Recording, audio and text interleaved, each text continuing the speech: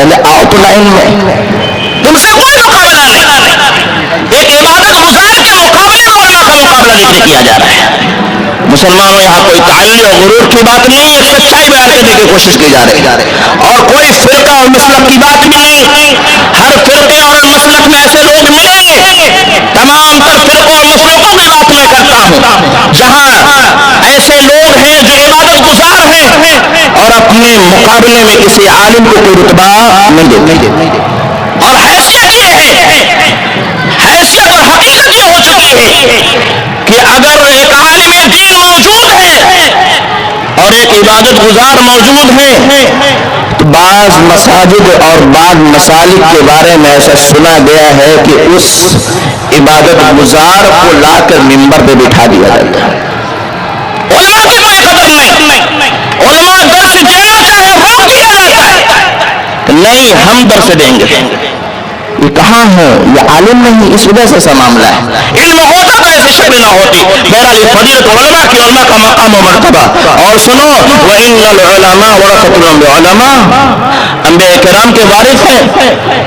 آج اگر کسی کو کہہ دیا جائے کہ آپ فلاں کے وارث ہیں، بڑی بڑی شخصیات ہیں ان کے وارث ہیں، تو ہم نہیں، ہماری نسلیں بھی یاد رکھیں گی کہ ہمارے دادا کو فلاں شخصیت کی وراثت میں اتنا حصہ ملا تھا، اور اس کو سنبھال کے سجا کے سنوار کے بطور نشانی رکھا جاتا ہے کہ یہ دیکھو یہ وہ چیز ہے جو ہمارے دور کے دادا فلاں کی وراثت میں حصہ پائے تھے. آئیے اگر فضیلت تلاش کرنا ہے وراثت کی، وارثین کی، تو علماء سب سے زیادہ فضیلت کے مستحق ہے اور ہے الحمدللہ کہ وہ انبیاء کرام کے وارثین ہیں. انبیاء نے کیا بانٹا؟ کوئی دینار نہیں، کوئی درہم نہیں، کوئی زمین نہیں، کوئی جائیداد نہیں، کوئی گھر نہیں، کچھ نہیں.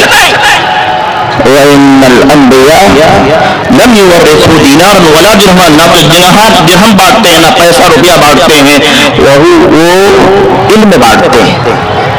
اگر آپ کو فخر محسوس کرنا ہے وراثت کے اعتبار سے کہ ہم وارث ہو گئے اور سب سے اعلیٰ درجے کے لوگوں کے وارث ہو گئے، تو روپیہ پیسہ نہیں، علم حاصل کرنا شروع کر دیجئے. گرچہ نبی کریم صلی اللہ علیہ وسلم کا اور دیگر علماء کے زمانے کو ہم نے نہیں پایا، لیکن یہ ہے کہ یہ شرف ہم کو حاصل ہو سکتا ہے کہ ہم بھی فلاں کے وارث، ہم بھی انبیاء کے وارث، ہم بھی انبیاء کے وارث. اور وہ وراثت آج بھی بٹ رہی ہے، وراثت آج بھی بٹ رہی ہے. مسجدوں میں، مدارس میں، جگہ جگہ وہ وراثت آج بھی بٹ رہی ہے. ضرورت ہے کہ پڑھ کر کے ہم لے لیں.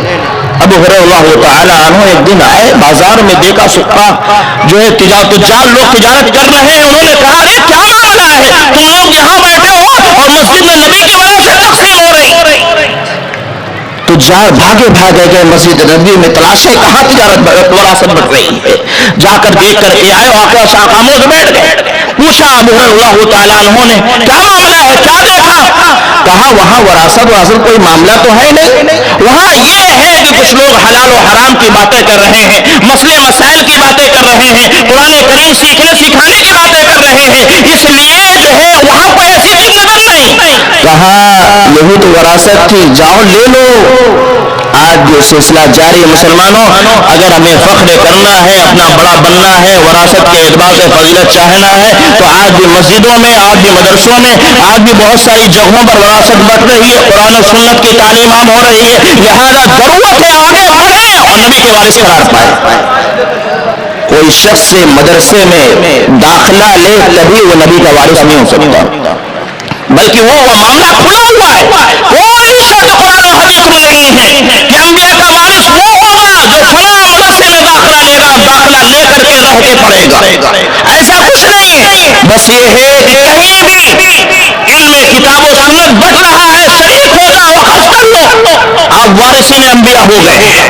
یہ فضیلت کا مقام تھا. لیکن مسلمانوں وقت ختم ہوگا، لیکن آخری بات کر کے بات ختم کروں گا اپنی، وہ یہ کہ ہم نے اس دینی علم کو جو فضیلت والا علم تھا، جس کے حصول کے لیے چلنے پر جنت کے راستے آسان کر دیے جاتے ہیں، جس کے حصول کی وجہ سے فرشتے جو ہے اپنے پروں کو بچھاتے ہیں، جس کے حصول کی وجہ سے زمین و آسمان کی تمام تر مخلوق اور جو ہے سمندر اور دریاؤں کے اندر موجود مچھلیاں دعائیں کرتی ہیں، جس کی وجہ سے ہم نبی کے وارث ہو سکتے ہیں، جس کی وجہ سے ہماری فضیلت 14ویں رات کے چاند کے مانندے سے ہو سکتی ہے، وہ تمام چیزوں کو ہم نے سب سے حقیر، سب سے ردی، سب سے خراب، سب سے بیکار سمجھ بیٹھا ہے۔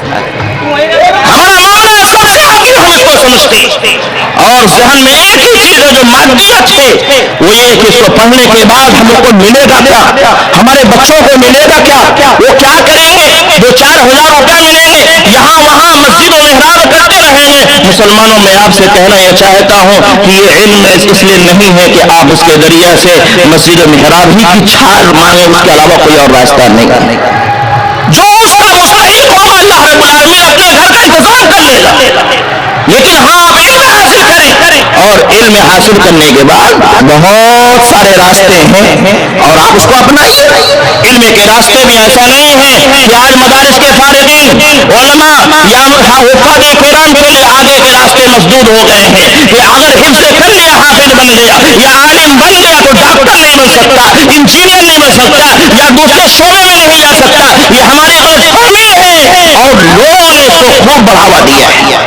اگر آپ اس کی فضیلت کو نہیں سمجھتے ہیں تو کون سمجھے گا؟ لہذا میں مشورہ دوں گا اپنے بچوں کو، اور آپ خود بچوں کے بارے میں بعد میں آپ تو کمانے میں، تو آپ کی کون سی فکر ہے؟ آپ کو کون سا خطرہ ہے کہ 2-4 ہزار ملیں گے، کیا کیا جائے گا؟ آپ خود علم حاصل کریں، نبی کے وارث بنے، اور طریقہ وہی ہے جہاں کتاب و سنت کا علم وہاں شامل ہو جائے، جہاں کتاب و سنت کا علم ہے، جہاں دروس ہو رہے ہیں، جہاں علماء ملتے ہیں، ان کے پاس جائیں، علم حاصل کریں، انشاءاللہ العزیز ضرور آپ کو علم کی وراثت ملے گی۔ اور ایک سوال ہے، اگر کوئی شخص نماز پڑھتا ہے، روزہ رکھتا ہے، حج کرتا ہے، زکوٰۃ دیتا ہے، سب کر رہا ہے، لیکن اس کو معلوم نہیں کہ نماز کیسے پڑھنی چاہیے، علم نہیں، اس کو معلوم نہیں قرآن کیسے پڑھنا چاہیے، وہ گناہ گار ہوگا کہ نہیں؟ یہ آخری سوال آپ سے، پھر سے سوال، نماز پڑھتا ہے، روزہ رکھتا ہے، حج کرتا ہے، زکوٰۃ سب کر رہا ہے، لیکن اس کو معلوم ہے قرآن پڑھنا کیسے، کس طریقے سے پڑھا جائے، یہ نہیں معلوم، باقی سب کر رہا، وہ گناہ گار ہے یا نہیں؟ یہ سوال ہے، حدیث میں پڑھ دیتا ہوں، علماء ملیں گے، ان سے مسئلہ پوچھ لیجیے گا۔ اللہ کے نبی جناب محمد رسول اللہ صلی اللہ علیہ وسلم فرمایا، طلب العلم فریضۃ علی کل مسلم، ہر مسلمان پر علم حاصل کرنا فرض ہے، فرض ہے، اور فرض کا چھوڑنے والا گنہگار ہوتا ہے، ہم یہ مانتے ہیں، اور فرض کو انجام دینے والا ثواب پاتا ہے۔ ہم روزہ رکھیں، نماز پڑھیں، حج کریں، زکوٰۃ دیں، قرآن پڑھنا نہیں آتا، بڑے دھڑلے سے لوگ کہتے ہیں ہم کو پڑھنا نہیں آتا۔ رمضان میں دیکھیں بہت سارے لوگ دکھتے ہیں، اب ویسے دکھتے نہیں، رمضان میں دکھتے ہیں مگر اس کو پڑھنا نہیں آتا، بے شرم کہیں گے۔ اللہ سے ڈرو، ساری چیزیں آن لائن تو سیکھ لو گے، قرآن کو معاملہ نہیں آتا، ہماری نگاہ میں اہمیت نہیں۔ بہرحال ان کو اپنے لیے سب سے پہلے وارثین انبیاء بننے کی کوشش کیجیے، اور دوسری چیز اپنے بچوں کو پڑھانے کی کوشش کیجیے، دینی علم، جن کا عقیدہ، جن کا منہج، جن کو جو ہے کم از کم تمام مسائل ان کو آ جائیں، اتنا تو ان کو سکھانے کو جو۔ اور یاد رکھیے کہ ایک انجینئر ہے، ڈاکٹر ہے، واقعی وہ اچھا کام کرے گا آگے چل کر کے، لیکن اگر آپ کا بچہ حفظ کرنے کے بعد ڈاکٹر بنتا ہے، عالم بننے کے بعد ڈاکٹر بنتا ہے، یعنی حافظ پلس ڈاکٹر، عالم پلس ڈاکٹر، یا اسی طریقے سے عالم پلس انجینئر بنتا ہے، تو انشاءاللہ دنیا بھی اور آخرت بھی الہی کے عمل کو کرنے سے توفیق عطا فرمائے، اور ہم تمام کو اس پر عمل کرنے کی توفیق عطا فرمائے۔ الہی جو کچھ کوتاہیاں اس کو معاف فرما، ہمیں دینی علم کے حصول کی توفیق عطا فرما، اپنے گھر میں اس کا ماحول بنائے کہ دینی تعلیم کا ایک رواج ہو